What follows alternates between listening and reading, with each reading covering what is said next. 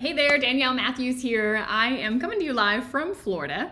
And, I am on a mission to help people break free of PTSD and start to nurture the seeds for post-traumatic growth to bloom. I do that through teaching a lot of ancient wisdom that you can apply to these modern times. And today is book club day.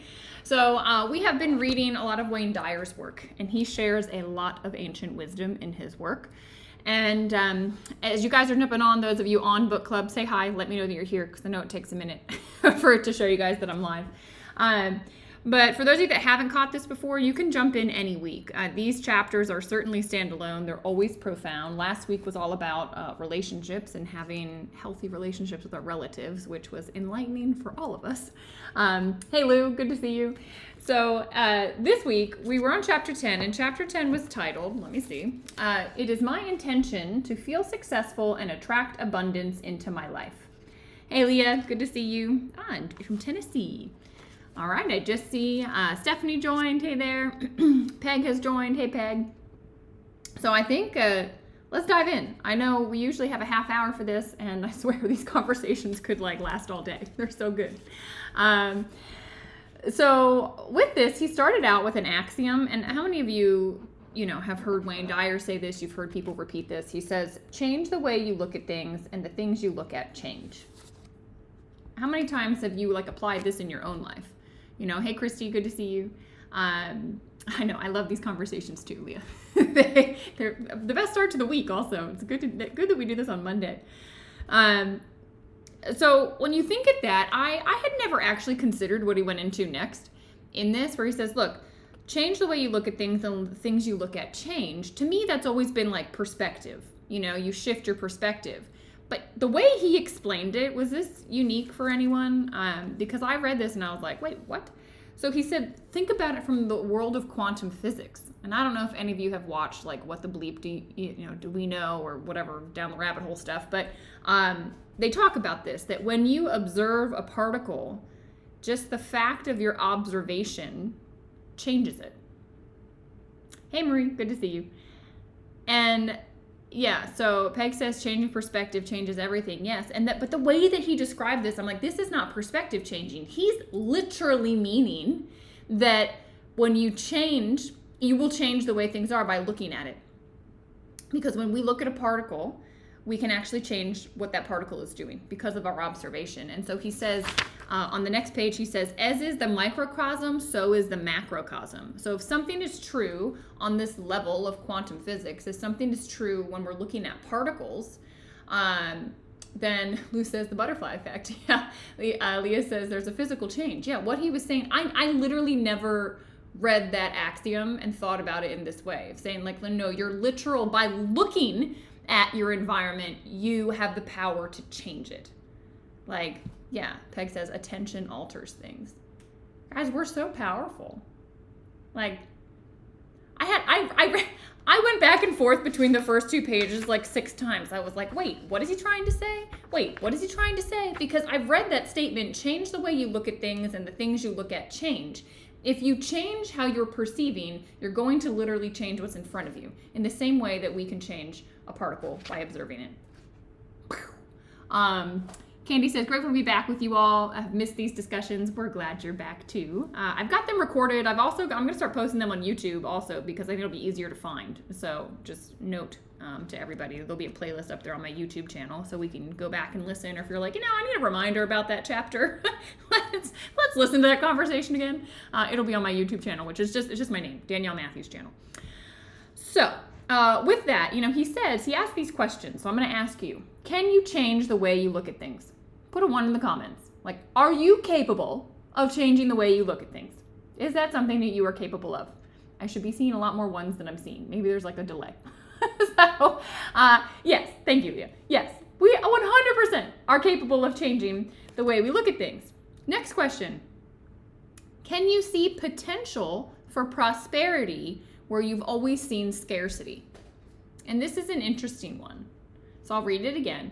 Can you see potential for prosperity where you've always seen scarcity? Do you have that ability? Lou says, number 1, coachable. Yes. And can you change what is by simply changing the way you see it? Yeah, Christy says that one's tougher.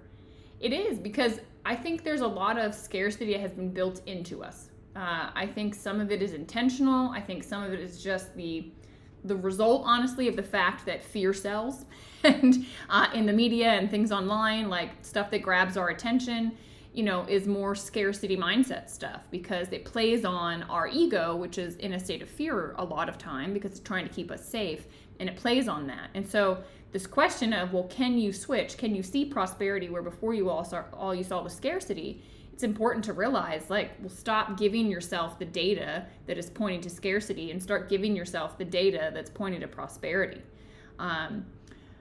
Yeah, Marie says some of it's old mindset, some of it's parents. There's so many distractions all around us. Yes, agreed. So can you change what is by simply changing the way you see it? I think how many of you have done that? Change what is because you've changed the way you saw it. This was profound for me when I was healing from my car accident. I was perceiving myself as a victim from being hit by this drunk driver and losing everything. And then about a year in, I just thought, this is not serving me. I need to change the way I'm looking at this. Rather than, what are the things I can't do? What are the things I can do? And it was as if everything changed. And all I did was change the way I was looking at it. It's massive. It's a reframe. Right, exactly, Juliet. Peg saying, recognizing fear and catching it is a big part of switching. Yeah, for sure. Christy, I know you've been through stuff too. It's profound when you can shift those, and it's absolutely possible to change. I agree with you guys. What he said next was, the way to change is to study how intention looks at life. Now remember, he taught us the 7 faces of intention, which, how good are we? Let's list them off. So one of the faces of intention was creativity. We've got beauty, love, abundance. It's always expansive. I'm missing some. What are some of the other ones? What did I miss? Creativity, love, beauty. There's one there at the beginning. Anyway, if you guys remember. So he basically said, okay, so kindness. Thank you, Juliet. It was kindness. That was the one I was missing. So he says, okay, so if we look at how does our universal, all-creating field of intention look at life? And if we can align ourselves and look at life in that way, then, we're golden. And I thought this was really interesting. He said, first of all, source, God, the intention, as he calls it, is constantly giving. And it gives in an unlimited supply. Oh yeah, and receptivity, Peg, thank you. So it's constantly giving, and it gives with unlimited supply, meaning it's perpetually giving and it has an infinite supply. If you want to be abundance and excess, rather than strive for it, you always need to be in a state of serving, in a state of giving. He says this source can only work with you when you are in harmony with it. How do you get in harmony with it? You give and you serve.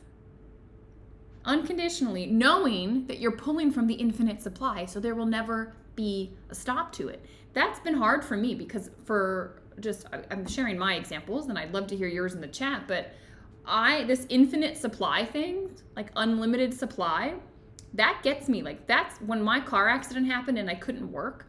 I felt this fear that has been around me for a while. Is actually the motivator for me starting my ASEA business, that the income will stop again because I couldn't work, I couldn't earn.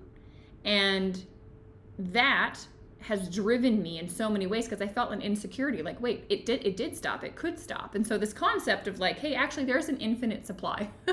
I've had to really check myself on, because my lived experience kept telling me no, it can stop. No, it can shut off. No, you need to do more so that doesn't happen again. And it was a good driver to start my business, but I think for me, that I know is one of my limiting kind of beliefs that gets in there. And I'm no, we got to reprogram that sucker. So every time it comes in, I'm cut it off. Cut it off. You can give. There will be more. It's going to be enough. Yeah, Christy says yes, same with her. It's a harder one. I definitely think it's a harder one. Hey, Venica. So with that, I want to, on page 176, this is kind of a longer chunk that I want to read, but I think, when we pray, when we write down intention, when we're writing what we're wanting from life, goals, when I read this, I was holy cow, we frame things wrong. And this is huge. So before I get there, Leah says, chronic pain may come back. PTSD from a TBI may hinder my success. Oh yeah, it's a challenge. Yeah, right? We have these fears, but we got to let go of the past. Like, you're safe now, you're whole now, and you're connected to the infinite. And guess what? Like, you got better. Like, that's what I always have to remind myself. Like, hey, everything's like fine today, January, whatever it is, 12th of 2023. So he says, a message to the field of intention that says, please send me money, is interpreted as seeing yourself in a state of scarcity. Right? How many times have you asked something like that? Please send me this. Please, I need this. I want more money. He says this source has no concept of scarcity. It doesn't even know what not having enough money means because it has an infinite supply and it's always giving. He says, thus, its response back to you, this is key, its response back to you is, here's a state of needing more money because that's how you think. And I'm the mind with which you think. So here's more of what you don't want and don't have. Do you get how big that is? Like, if you're constantly saying, I want, you are going to be in the space of always wanting, because it's like, oh, you want to be in this space of wanting. Wow. So he says, your ego-dominated response will be, my desires are always being denied. But the real truth is, the universal source knows only abundance and it knows only giving, and will respond with money flowing to you if you set your intention like this. I have enough money, and I allow what I already have enough of to flow to me. Coming from the space of it already is. I already have it because I am connected to the infinite, because that is me and my nature. All of this is already mine. And so therefore, I already have it, and now it's going to flow to me. So I'll read it again. He says, I have enough money, and I allow what I already have enough of to flow to me. It's a huge reframe. Absolutely huge reframe. So, says Instagram says it keeps stopping. Maybe join me on Facebook. Facebook seems to be flowing fine, or it might be your connection. I'm not sure. So change the words out of your mouth and everything changes. He says this might sound like mumbo jumbo, but it's not mumbo jumbo. It's everything.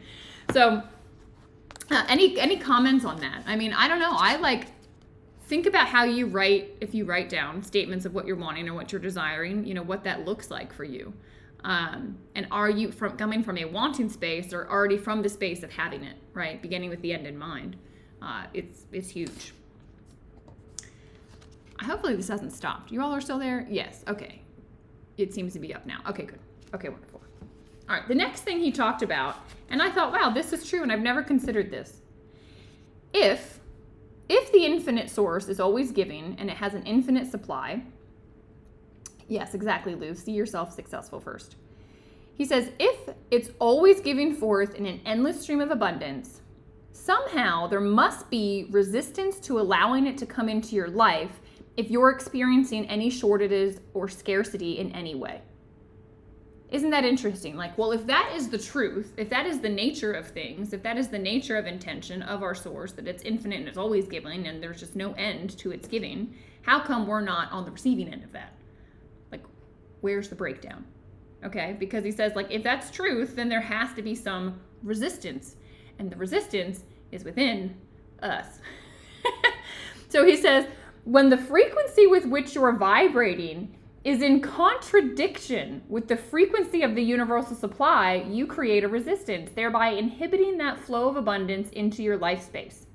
Your individual vibrations are the key to understanding the art of allowing, meaning your thoughts and your feelings, because your thoughts dictate the energy that you hold. They dictate the feelings that you're having. They dictate the vibrational space that you're holding. And if you're vibrating in fear, in resentment, in anger, in frustration, you are not in harmony with abundance and giving.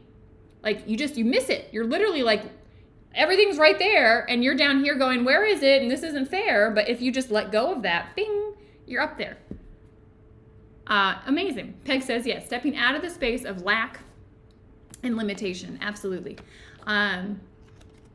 Leah says, this is confirmation to yesterday's sermon. Mission possible. I like it. Absolutely. She says, awfulizing is resting and resisting and stops goodness. Yeah. Yeah, just it's amazing what we do in our own head. And he said also then on page 178, he gets into like, well, we start to validate these feelings of frustration and scarcity and there's not enough and whatever because we find things to prove that point. Like we watch the evening news or we look at these headlines and we see people that didn't make it, in the network marketing space, right? Because I know a lot of you from the network marketing space. And there's all of these people saying, oh, no one makes it in this industry. That's impossible, blah, blah, blah. Like if you pull on that, you're going to stay in that vibration. Rather say, well, no, there are people that made it. I'm going to look at them and I'm only going to hold them in my mind. Like for me, I have a very successful upline. Since I started, I was like, all these people are making 6 figures in this business. It works. I need to go figure out how to make it work, and I've always held that in my mind of like, well, success is possible, and I'm getting myself there.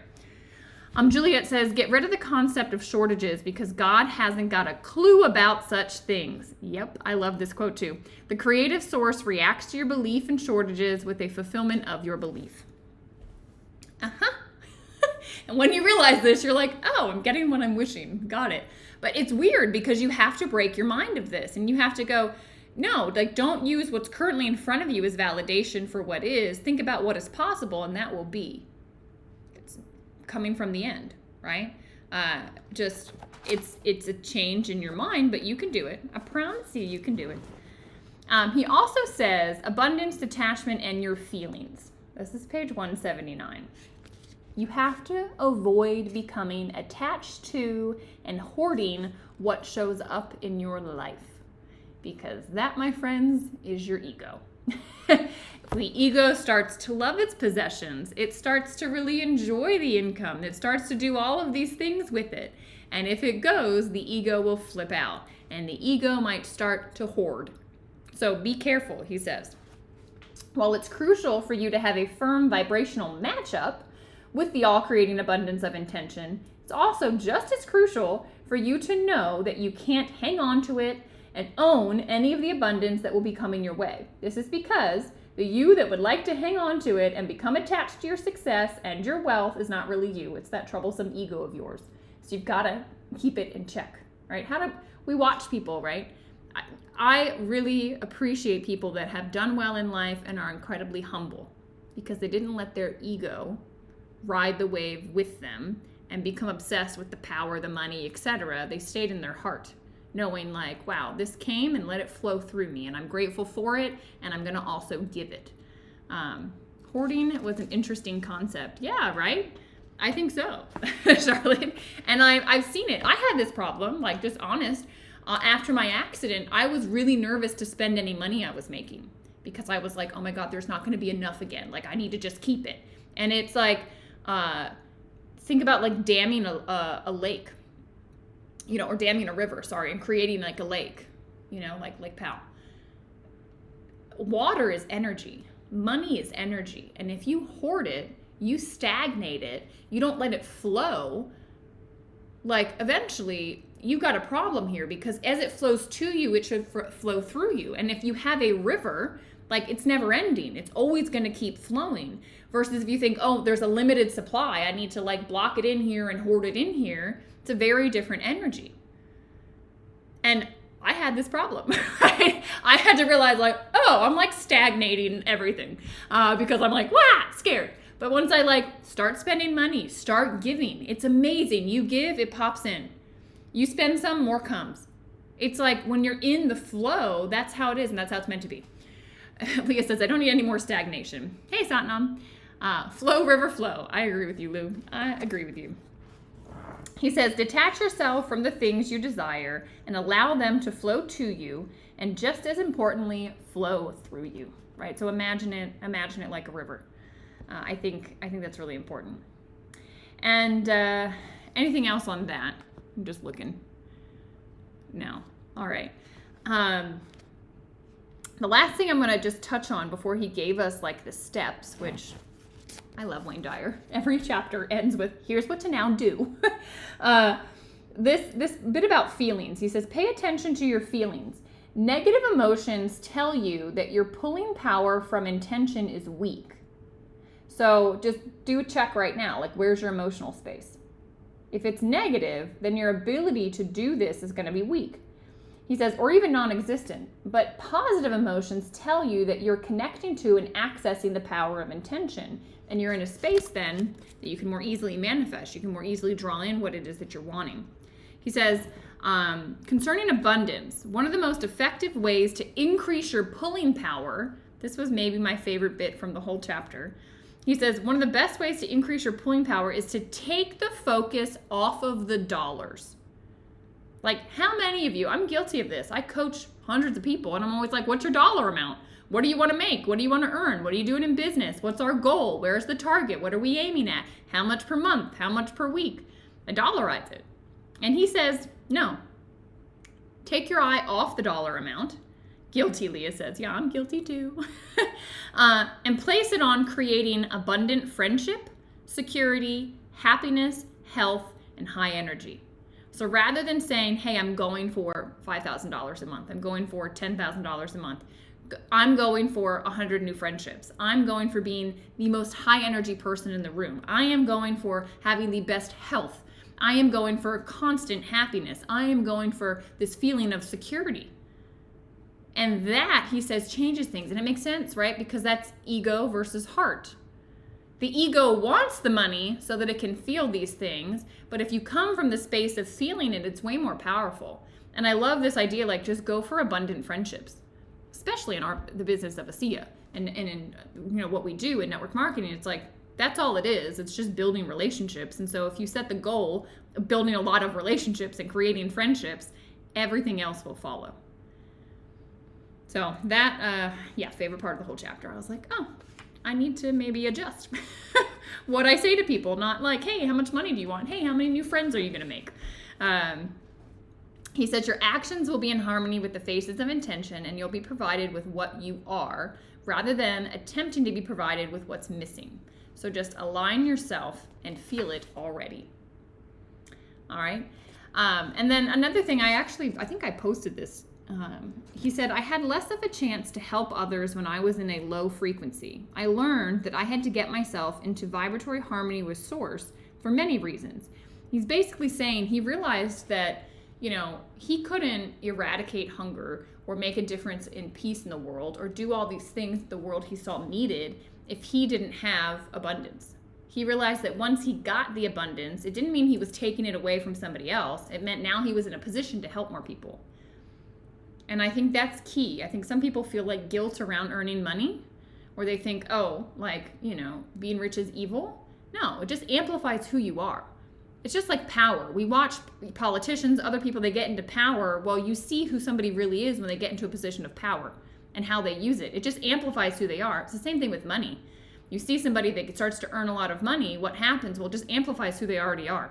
So if they're already a jerk, they're going to be a jerk. If they're already a giver, they're going to be able to give even more. And that's what he says. Look, if you understand that these lower frequencies, you cannot serve humanity. If you come at a higher frequency and you create abundance for yourself, you can serve a lot more people. Hey, Stephanie. Charlotte's saying, I like this idea. It feels better. I agree. I totally agree. So in the last few minutes, he basically just gave us the playbook. This is why Wayne Dyer's the best. He tells us the 10 steps in order to create success and attract abundance into our life. And the first thing he says is see the world already as abundant, as providing, as a friendly place. You'll see a world that wants you to be successful and abundant rather than one that conspires against you. And I would say check your inputs. What are you putting in? Who are you hanging around? What are you watching? What are you reading? What are you looking at on the internet? Because all of these different inputs are shaping the way you're viewing the world. And if you're not careful, a lot of the stuff out there is going to make you think that the world, there is scarcity and that there are problems and that there are issues, globally. It's going to freak you out. But if you instead surround yourself with the people that are saying, no, it's not that your head is in the sand. It's just we realize we're connected to an infinite source that will always give and always provide what's needed. And if stuff is here, it's meant to be here. So let's not question it. And you will then see a world that's, going to align with you and help you. The second thing, this was my favorite. He says, affirm I attract success and abundance into my life because that is who I am. Abundance and success aren't out there waiting to show up for you. You already have it. This hit me really hard. I have always thought, oh, abundance is a thing out there I have to go get. It's like a city I need to go find, and I need to get the right map and have the right vehicle to get to my abundance. Is this hitting for anybody else? And he's saying, no, abundance isn't out there waiting for you. It's not going to just be something that eventually shows up. He says, you are already it. It is already here. You just forgot. Yes, Christy, this hit for you too. Yeah, you and I, man. I went, holy cow. It's already here. So stop acting like it's not. It's in your mind. The way you perceive things, you change things. Observe it as if it's already done. It's already here because it is true. If you realize you are that source, then of course, you're already infinitely able to give and you have that abundance. So I was like, I could stop right at step 2. Step 2 did it for me. But he goes on. He says, step 3, stage an attitude of allowing, meaning ignore efforts by others to dissuade you. Don't rely on your previous ego-oriented beliefs, as Marie was saying, of the parents, of news, of everything else, about abundance being part of or not part of your life. He said, replace these thoughts by simply knowing that you and your source are one and the same. If you are one and the same, Leah loves step 3. Yeah, if you realize that you are one and the same, then you will constantly be in a space of allowing because you realize, well, I already am that. All right, there's a saying in yoga, soham, I am that I am. It's like a mantra breath that we do. I'll be sharing more about that on some of my lives, but it's huge to realize, yeah, that is what I am. And to remind ourselves of that. Allowing is big for you, Charlotte. Yeah. How many found themselves in this chapter? It's like, oh, there's my problem. I found myself. Step 4, he says, use your present moments to activate thoughts that are in harmony with the 7 phases of intention. Juliet told me this weekend when I saw her that she's been doing this. She's literally throughout the day, I don't know if she said she had a reminder on her phone or you can put it in the chat, Juliet, but she said she was literally moment to moment throughout her day bringing these phases of intention. Am I being creative right now? Am I being kind right now? Am I creating beauty right now? Am I being loving right now? Am I being receptive right now? Right? Lou says, maybe do a meditation on this truth. Yeah, maybe we should do another meditation. It's a good idea. He says, wanting to feel good is synonymous with wanting to feel God. Remember, God is good and all that God has created is good. I love that. Yes, namaste, Peg. Agreed. Step 5, initiate actions that support your feelings of abundance and success. I didn't know what he meant by that. I was like, what does he mean by actions? Like, what am I supposed to be doing? And then he gave a bunch of examples. So let's pick one of these and do it this week. He says, an example of an action that will initiate supporting your feelings of abundance and success. Number 1, speak to strangers with passion in your voice. So just show up and have a passionate conversation. Yep. He says, answer the telephone in an inspired way. Just you can tell when you get on the phone with somebody and they're cheerful, and you can tell the people that are just dead and hate their job. All right, be the one that answers inspired. He says, do a job interview from the place of confidence and joy. For those of you in ASEA, in network marketing, I would say show up and have a conversation with confidence and joy. You will attract people to you. He says, read the books that mysteriously show up. Hello. This one mysteriously showed up in our world. And he says, and pay close attention to conversations that seem to indicate you're being called to something new. Juliet says, if I feel my vibration drop, I stop and remind myself of the 7 phases of intention. Yeah, that's great to do. All right, number 6, remember that your prosperity and success will benefit others and that no one lacks abundance because you've opted for it. The more you partake of the universal generosity, the more you'll have to share with others. It will amplify you, and I know that you will continue to give. Number 7 is just monitor your emotions as a guidance system for your connection to universal mind of intention. And don't judge yourself. If you find yourself in a low state, it's like, okay, what can I do to get myself out of this? Like Juliet's saying, I'm dropped. All right, how do I get myself back? Go do something kind. Easiest thing to do. He says, become as generous to the world with your abundance as the field of intention is to you. Whoa, whoa, whoa, whoa, whoa, whoa, whoa. He says, don't stop the flow of abundant energy by hoarding or owning what you receive. Keep it moving. As you, he says, use your prosperity in the service of others and for causes greater than your ego. The more you practice detachment, the more you'll stay in a vibratory harmony with the all-giving source of everything. Incredible. As it comes, let it go. Be detached, give, be in service to others, and more will flow. It's so beautiful. He says, number 9, devote the necessary time to meditate on the spirit within as the source of your success and abundance. Yes, I hope all of you are finding time to meditate. Stephanie, I love that too. Yeah, that's why I read the whole thing. I was like, step 8 is wonderful. And then the last one, develop an attitude of gratitude for all that manifests into your life. Even the darkest days of your life are to be looked on with gratitude. Everything coming from source is on purpose. And that, guys, is how, when I hear things going on in the world, in the news, whatever, I just know, like, there's a purpose behind it.